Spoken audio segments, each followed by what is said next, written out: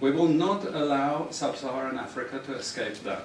Okay, we do everything to keep sub-Saharan Africa where it is, also impoverished. This is Professor Dr. Howard Nicholas, a Sri Lankan economist and social scientist. In the year 2015, Dr. Nicholas gave a presentation at the International Institute of Social Studies, ISS, of Erasmus University of Rotterdam, where he is also a senior lecturer in economics. Here, he is explaining why and how the Western Europeans do everything in their power to impoverish Africa and forever keep them poor. Starting with the why.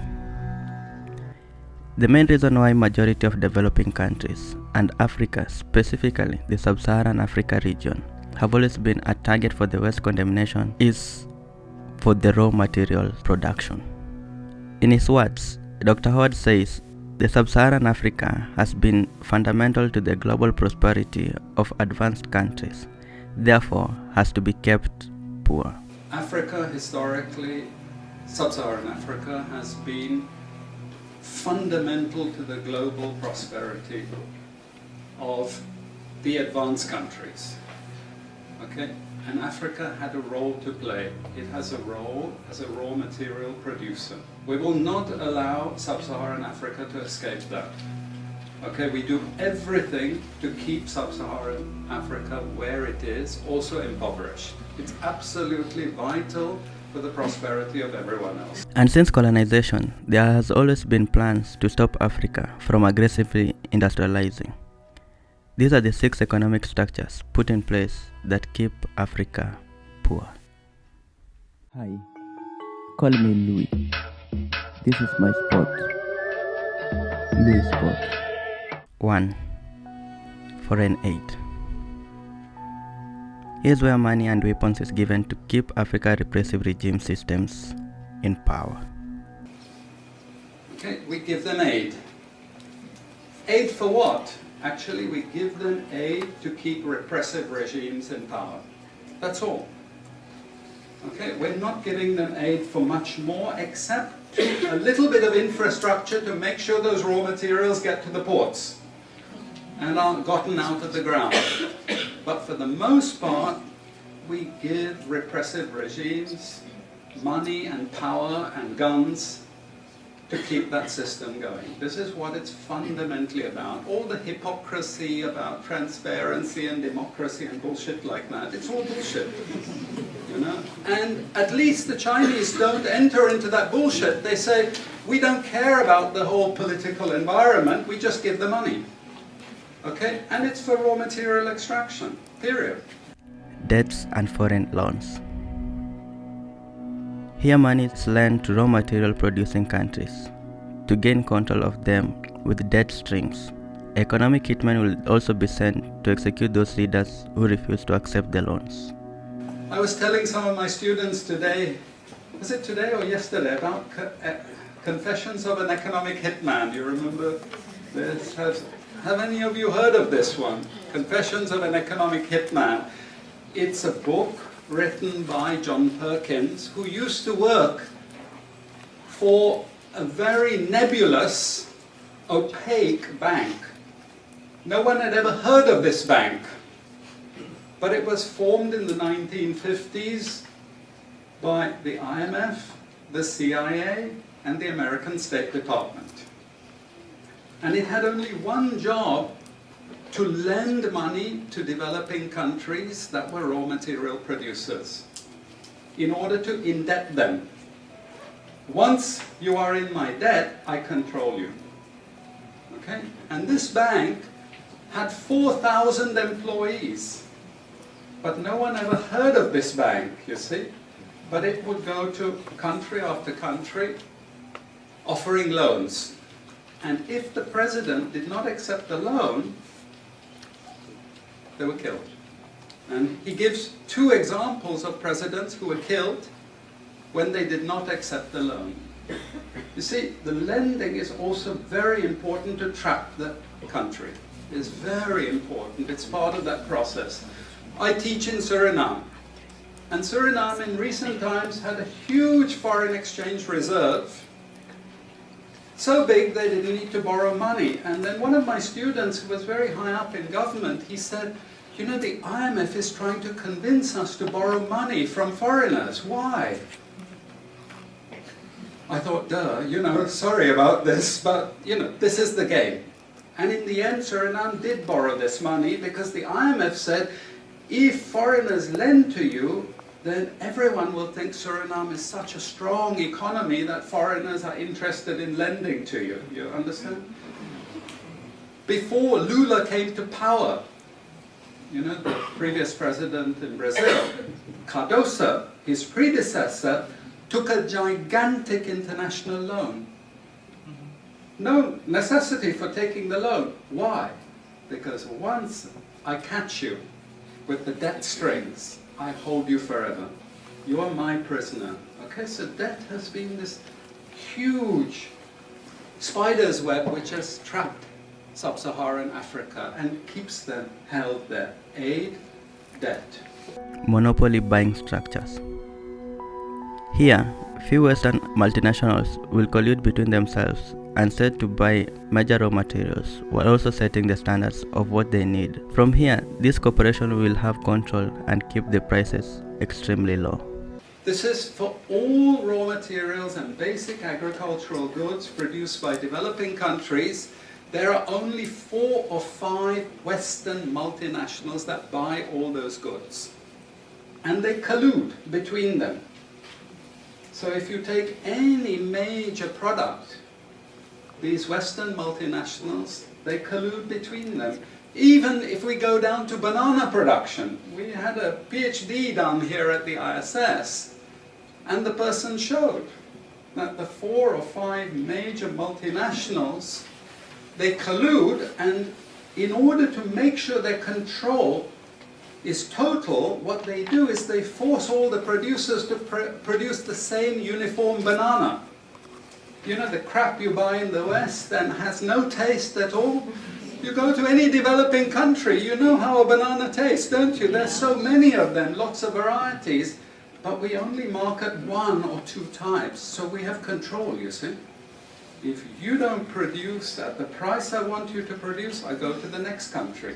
You see, we get control. So these buyers, they impose that control, and they keep pushing the prices down and down and down. Okay, this is the game.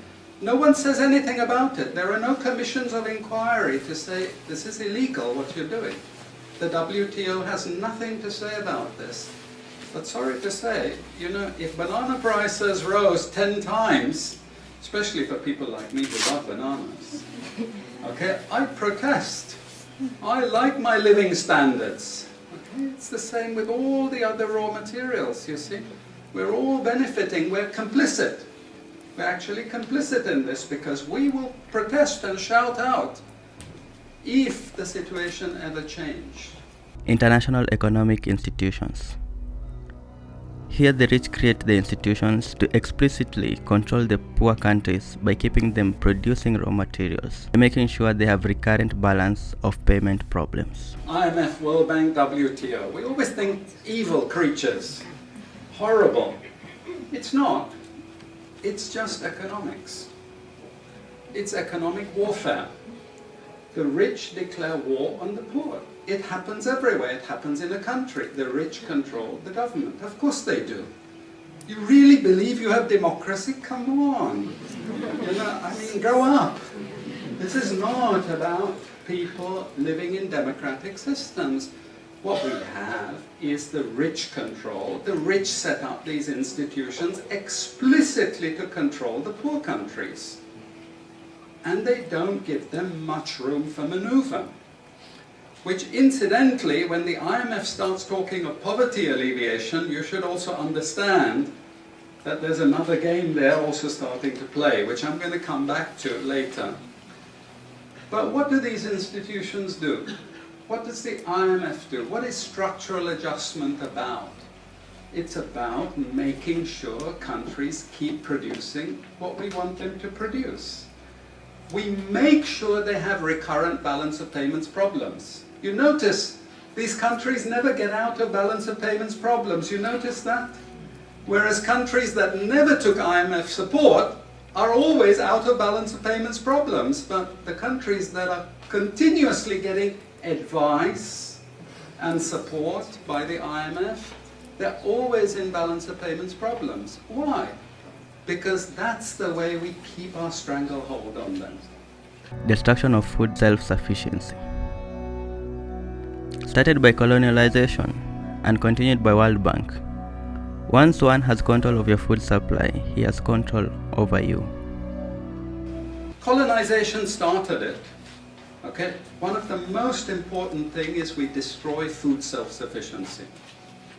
Okay? And the World Bank continued it. They forced most countries to eliminate all food subsidies and food support. Okay? Because once you don't produce your own food, I increase my control over you. How do we know this? Well, very funny thing happened some years ago. Not so funny, actually. It involved starvation of a large number of people in Malawi. Okay? Many of you could remember this because it was really tragic. But the Malawian finance minister, who was under terrible threat at the time, suddenly broke ranks and he said, well, you know why we had this famine? Because one of the conditions of the loan given by the World Bank was we destroyed all our grain surplus stocks. Why? Because remember, we want you dependent.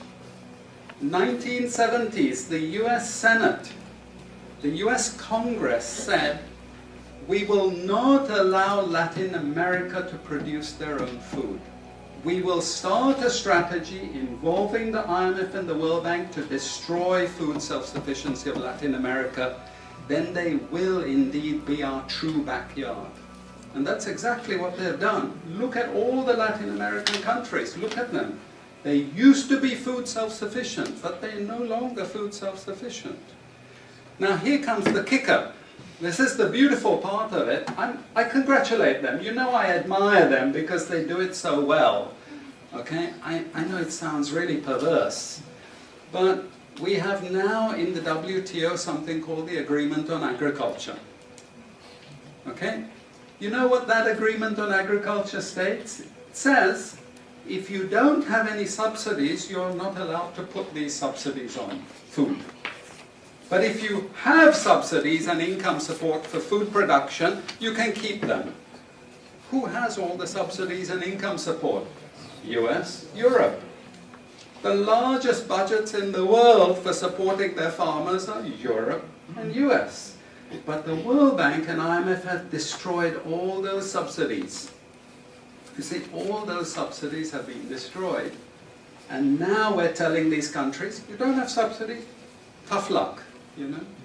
You see, we're keeping them dependent. We're keeping them on a string. Poor school curriculums.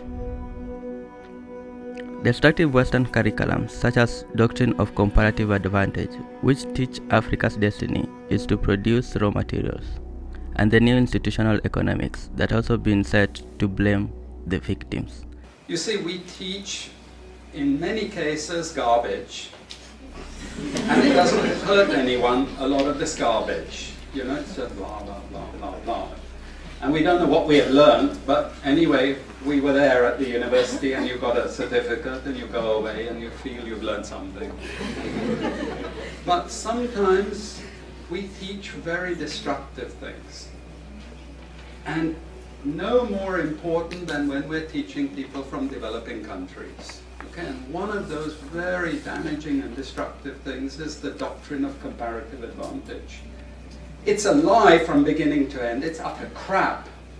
It has been decimated many times, but we keep it in every curriculum. Why? Because it tells sub-Saharan African countries that their destiny is to produce raw materials, you see.